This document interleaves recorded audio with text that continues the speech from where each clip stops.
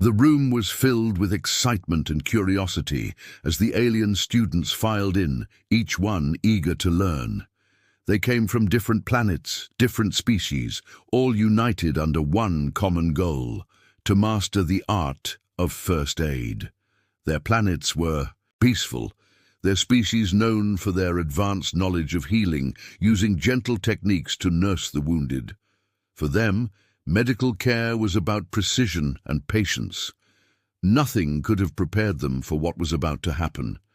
The instructor, an alien medic from a distant world, stood at the front of the room, waiting for the students to settle. Today was the day they would begin a special training session, one that was supposed to be an easy introduction to new techniques from across the galaxy. But what none of them knew was that this lesson was going to be unlike any they had ever experienced before. The instructor had arranged for a very special guest to demonstrate a different form of first aid. It wasn't just any medic who would be teaching them today. The instructor didn't tell them much, only that they would witness something shocking. As the students looked around in confusion, the door at the back of the room creaked open. The sound was barely noticeable, but it made everyone pause. All eyes turned toward the entrance as a figure walked into the room. The students blinked in surprise. The person who entered was nothing like anyone they had ever seen before. The newcomer was human, a Deathworlder. To most of the alien students, humans were a myth, stories told in hushed tones about a species that lived on a planet known for its extreme conditions. Deathworlders were said to be able to survive the harshest environments, thriving where no other species could. The human was dressed in a combat uniform, its dark colors contrasting with the peaceful surroundings of the training facility. His face was stern, his eyes cold and calculating. He wasn't here to make friends. He was here to teach them something that would change their understanding of survival and first aid forever. The alien students exchanged uncertain glances. Some of them had heard the rumors about the Deathworlders, how they were feared across the galaxy, how they never showed weakness, how they had mastered the art of surviving even the most brutal of environments. But seeing one in person was different. The human had a presence about him that made the air feel heavier, charged with an energy the students couldn't quite explain. He walked with purpose, his every movement showing the discipline and confidence of someone who had seen and survived things they could only imagine. The instructor cleared his throat, breaking the silence. Students, today you will witness something extraordinary. This is Commander John Carter, a Deathworlder from Earth. He will be demonstrating first aid techniques that are very different from what you're used to. Pay close attention, for you will not see anything like this again. The students remained silent, some with wide eyes, others with skeptical expressions. What could this human possibly teach them about first aid? They had studied under the best medics their planets had to offer. They had learned everything from delicate surgeries to healing energy manipulation. But this was different. This human, with his strange uniform and serious demeanor, didn't look like someone who would be focused on gentle healing.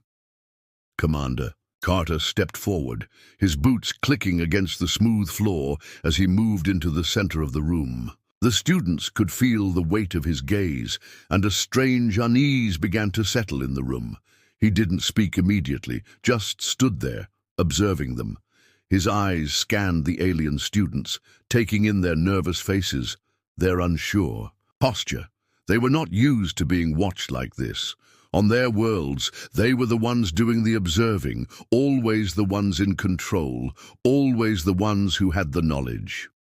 First, Commander Carter said, his voice low and commanding, I'm going to show you something that will seem harsh. But remember, when lives are on the line, you don't have the luxury of being gentle. The students exchanged confused looks. What did he mean by harsh? They had always believed in treating wounds with care, using energy fields and healing. Touch.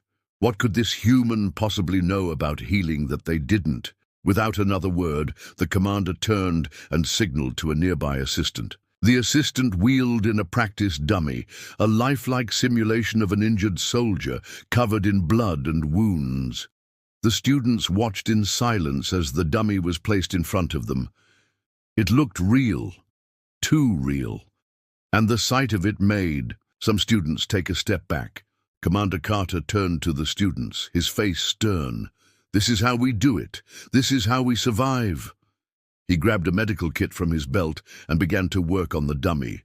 He moved quickly, efficiently, with no hesitation. He applied pressure to the wounds, tightened bandages with a force that made the students flinch, and used tools that looked nothing like the delicate instruments they were familiar with.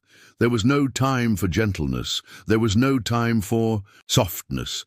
In the blink of an eye, he was already moving to the next injury, applying a tourniquet to a leg wound with such precision that the students couldn't help but be mesmerized. The alien students watched in shock as the human moved with a brutal, efficient precision that was both terrifying and awe-inspiring. Each action was quick and deliberate, showing no sign of hesitation. The injuries, the blood, it was all just part of the process. The human was unfazed, as if treating life-and-death situations were second nature to him. Some of the students began to feel a sense of dread. Could they ever be like this? Could they ever be as cold, as calculated, as focused in the face of such destruction? They had always believed that healing meant comfort, care, and calm. But this was something entirely different, and as they watched, the first true shock of the lesson settled in. This wasn't just about first aid, it was about survival.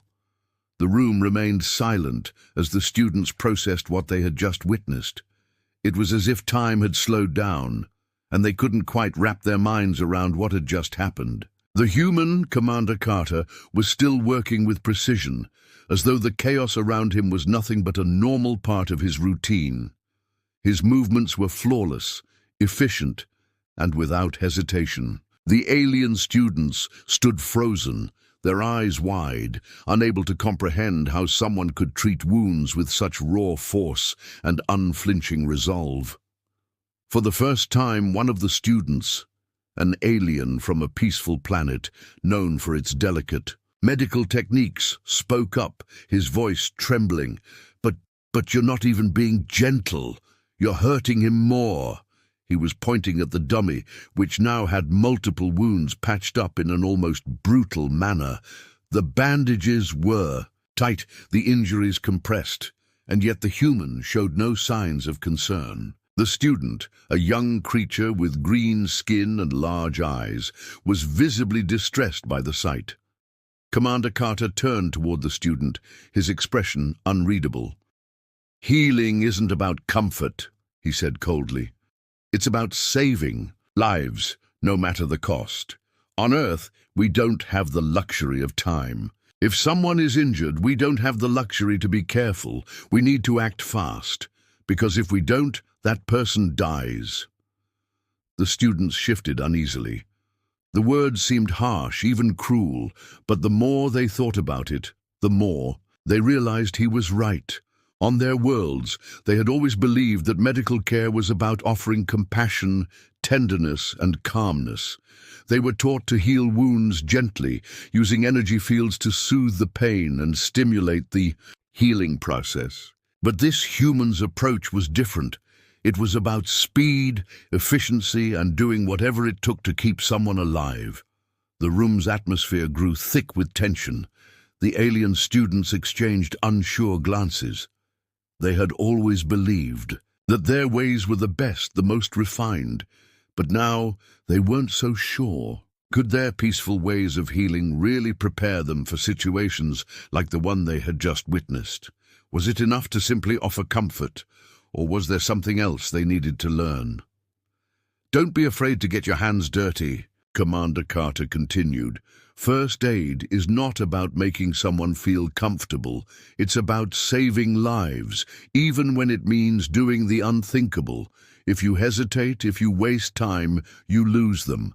And I can promise you, no one is going to thank you for being gentle when they're dead." The students' unease deepened. They had always been taught to show empathy, to treat each injury with respect and care. But in that moment, they started to see that perhaps their training had been incomplete. They had never been forced to act with such urgency, never had to push the boundaries of what was acceptable in order to keep someone alive.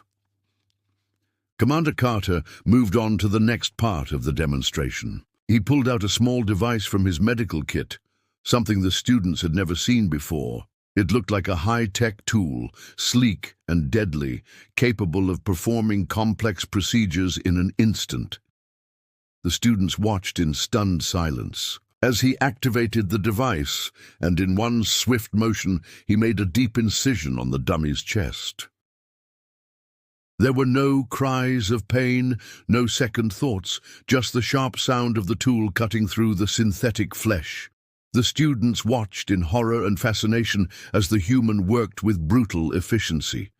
The incision was clean, fast, and precise. He immediately began applying a strange compound that seemed to stop the bleeding instantly. The wound sealed shut in front of their eyes, as if the body itself were rejecting the damage. "How did you do that?" one of the students finally asked, his voice barely above a whisper. The others were still too stunned to speak. "This," Commander Carter replied, "is what we call field medicine. We don't have time to be neat. We don't have time to wait for the perfect conditions. We act immediately. Every second counts." The words hung in the air, and the alien students were left in a strange mix of awe and fear.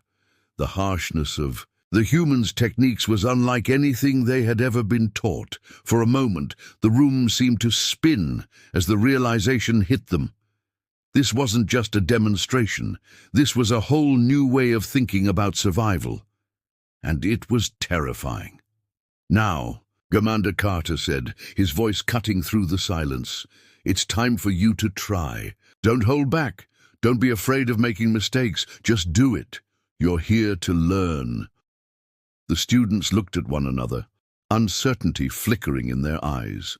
They had come here to learn new medical techniques, but they had never expected to be pushed to their limits like this. Would they be able to act like the Deathworlder? Could they perform first aid with the same brutal efficiency, without hesitation? One by one, they began to step forward, hesitantly at first, then with growing confidence. The practice dummies were set up again, their injuries simulated with shocking realism. The alien students carefully tried their hand at applying bandages, sealing wounds, and using the tools they had been given. But none of them moved with the same speed, the same conviction as the Deathworlder had. Some of them hesitated, unsure of whether they were doing it right. Others moved too slowly, careful not to cause too much pain.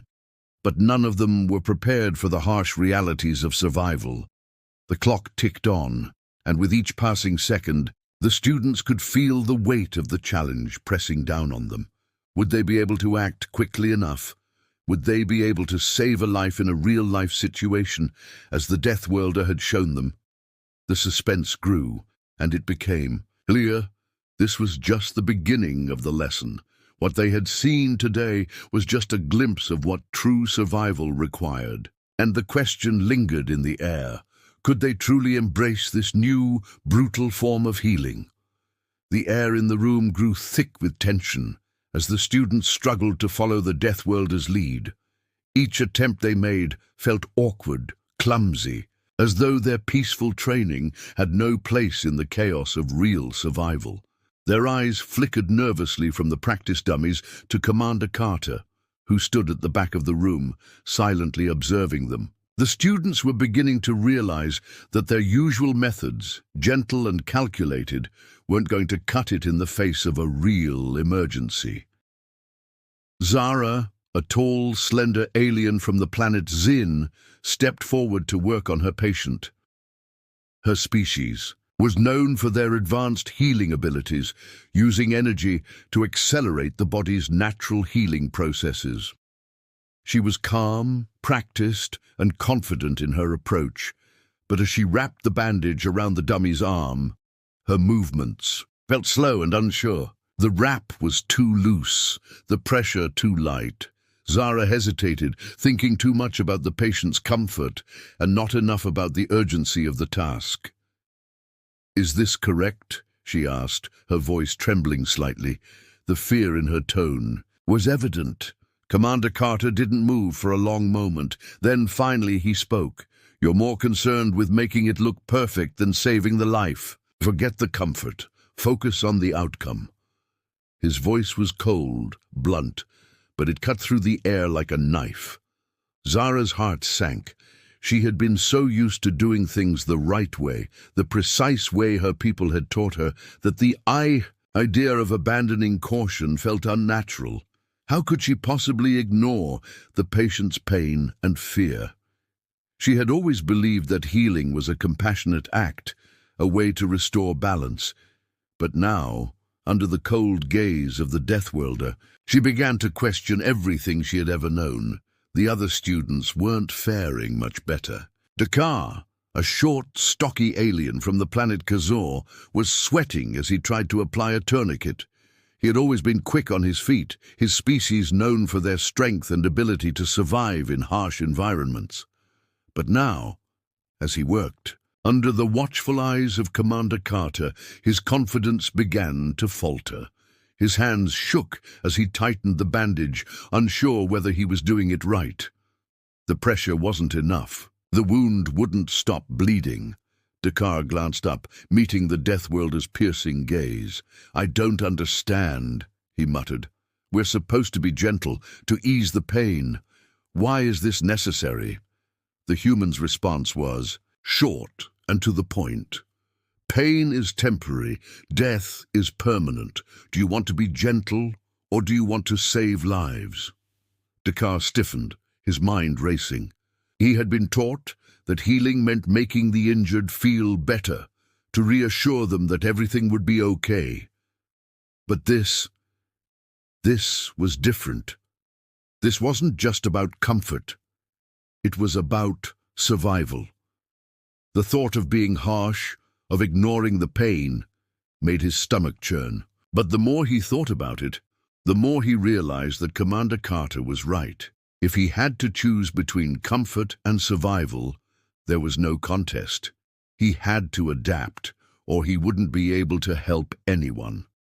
Across the room, the students continued their attempts, but the atmosphere was changing. The once confident aliens were now questioning their own abilities. They had always prided themselves on their knowledge, their advanced healing techniques, but in the presence of the Deathworlder, they were beginning to feel inadequate. Their methods, however effective they may have been in the peaceful worlds they came from, now felt obsolete. One by one, the students made mistakes. They couldn't act fast enough, they hesitated, or they second-guessed themselves. Their peaceful ways of healing weren't enough to meet the brutal reality of a Deathworlder's world. Every failed attempt left them more frustrated, more doubtful. They weren't used to making life-or-death decisions with the urgency that Commander Carter demanded. Finally, it was Lyra, the youngest and most enthusiastic of the group, who broke the silence. She had been standing in the back, watching as her classmates struggled with their tasks. The doubt on their faces mirrored the doubts that had been creeping into her own mind.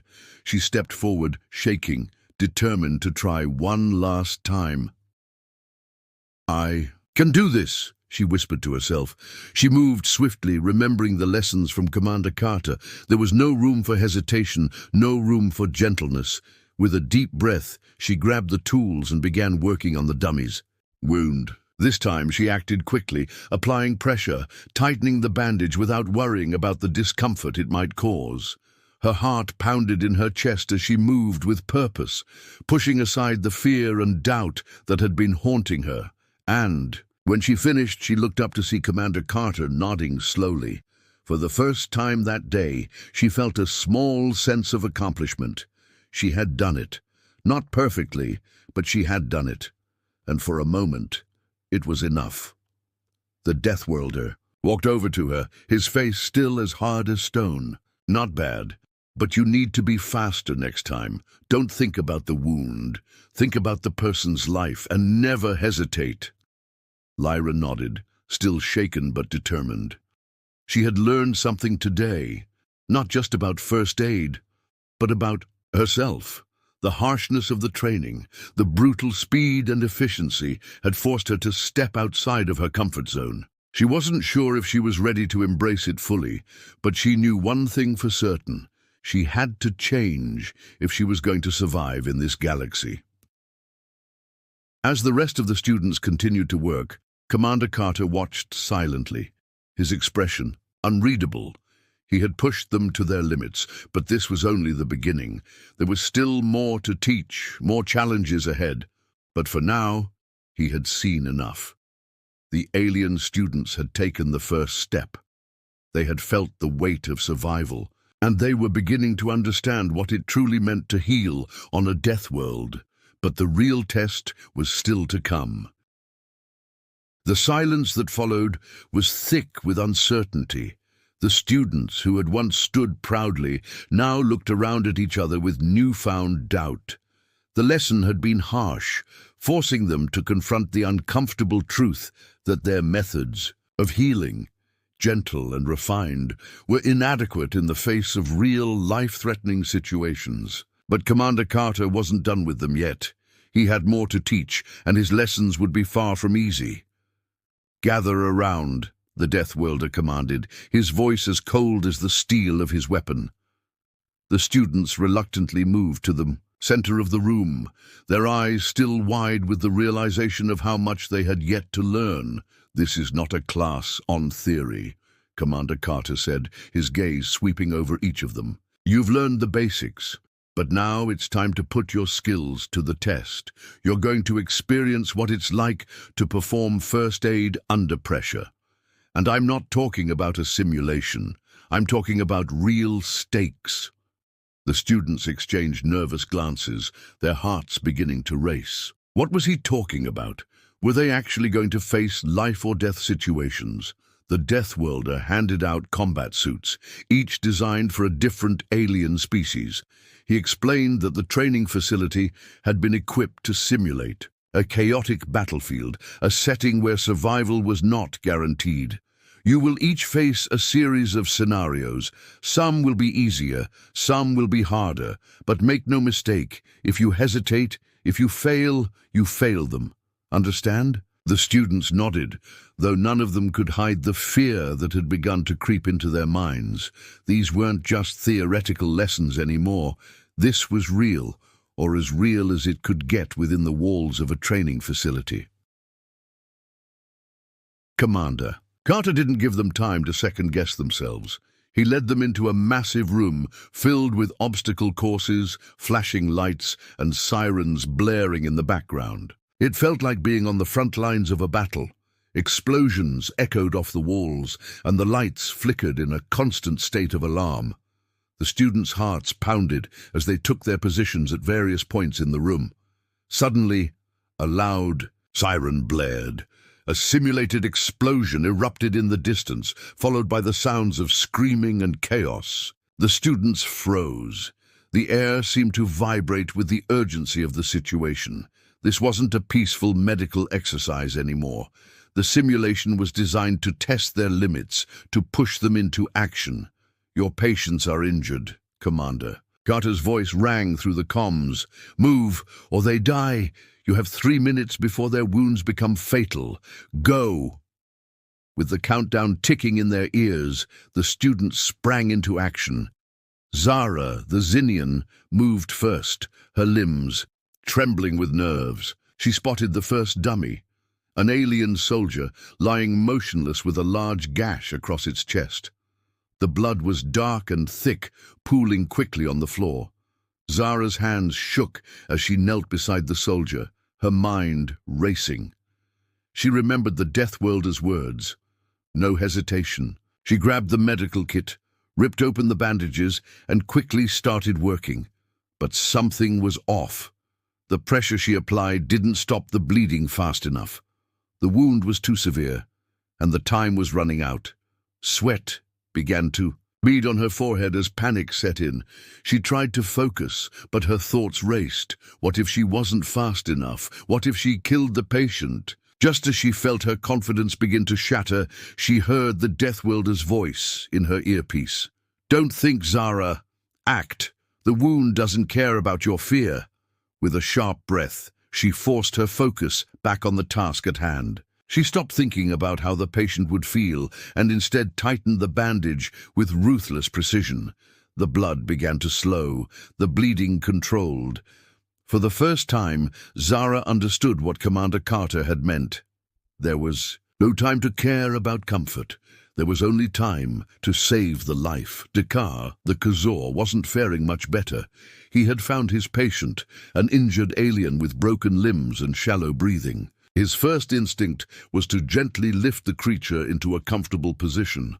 But then the siren blared again, and he realized the danger. There was no time for comfort. He had to stabilize the patient. With his strong arms, he quickly worked to secure the alien's limbs, applying splints with a speed and force that surprised even himself. The panic that had gripped him earlier began to subside as he focused on the task. He had learned, like Zara, that hesitation meant failure. Lyra, still struggling with the overwhelming weight of the lesson, was now kneeling beside a patient who had suffered an internal injury from a simulated blast. Her hands trembled as she carefully checked the wound. The bleeding was fast, and the internal damage was severe. She remembered the Deathworlder's words. "Forget the comfort. Think only of the outcome." She didn't hesitate this time. She pressed down, stopping the bleeding, then moved to the next critical injury without wasting time. She wasn't sure if her method was the best, but it was working. She could feel her confidence growing with each step, each life she stabilized. But the clock was ticking down. As the final seconds approached, the students worked feverishly to save their patients. The tension in the room was palpable, and the sound of the countdown only made it worse. The sirens blared louder, and the chaotic battlefield around them felt all too real. Finally, after what felt like an eternity, the timer hit 0. The simulation ended, and the students stood frozen, waiting for the outcome. Commander Carter stepped forward, his face unreadable. "You did well for first-timers, but there's still a long way to go." The students were exhausted, their hearts still racing. They had been forced to face the brutal realities of survival in a way they never imagined. They hadn't just learned first aid. They had learned how to act under pressure, how to save lives when every second counted. But as they caught their breath and wiped the sweat from their brows, they knew that the real test had only just begun. The Deathworlder had shown them a new way of thinking, a way that was harsh, unforgiving, and ruthless. And they had survived the first round, but would they survive the next? The chaos of the simulation faded as the room fell into silence. The air, once thick with urgency, now felt still, almost suffocating. The students stood in a circle, sweat pouring from their faces, their bodies trembling from the intensity of the challenge. They had survived, but at what cost? Each of them was drained, physically, mentally, emotionally, but a strange sense of accomplishment lingered in the air. They had faced their fears, and in that moment they realized that survival wasn't just a matter of skills, it was a matter of mindset. Commander Carter stood at the front of the room, his arms crossed, watching them intently. His face was unreadable, but the sharpness in his eyes suggested that he was evaluating each of them, weighing their performance. The students had given their best, but they had also faltered. They weren't used to this kind of pressure, this kind of brutality. "You all did better than I expected," Carter said, his voice cold, but not without a hint of approval. "But let me tell you something, this is only the beginning. First aid isn't just about putting on bandages. It's about making decisions when lives hang in the balance. It's about doing whatever it takes, even if that means pushing your limits. You've all seen that today." The students exchanged weary glances, their exhaustion evident. They had been pushed to the edge, but they had also crossed a line they never thought they would. They had learned more in the past few hours than they had in years of peaceful medical training, But there was still something more. The human commander had hinted at a deeper lesson. They could feel it in the air. There was something he hadn't shared with them yet. "Sit down," Carter commanded. "It's time for the final lesson." The students, still shaken, sat in a circle. They had been through so much already, but they knew that this last lesson would be the one to change everything. The Deathworlder didn't waste time with introductions. His voice cut through the silence with the same harsh authority that had marked the entire training session. "Let me tell you something you don't know about me," he said, his tone lowering, growing more intense. "I'm not just a soldier. I didn't get this far by learning how to fight alone. I've had to learn how to save my own life, how to keep others alive when no one else could. I've seen things you can't even begin to imagine." The students listened intently, unsure of what to expect. What could a being like Commander Carter have gone through that they hadn't already seen in their own battles? Their worlds were peaceful, but they had heard stories of galactic wars and struggles. Still, nothing could prepare them for the weight of what the human was about to reveal. "I was once just like you," Carter continued, his voice hardening with each word. "I came from a world full of weak and gentle beings. I thought that healing meant comfort, compassion, and kindness. But when the wars came, when the battles raged, those ideals were tested. I saw my comrades fall, one by one, because they didn't know how to act in the heat of battle. They hesitated. They cared more about making people feel comfortable than saving lives." The students felt a chill run down their spines. They had learned how to save lives, but it hadn't been under these conditions. It hadn't been in the heat of war, where each second could mean the difference between life and death.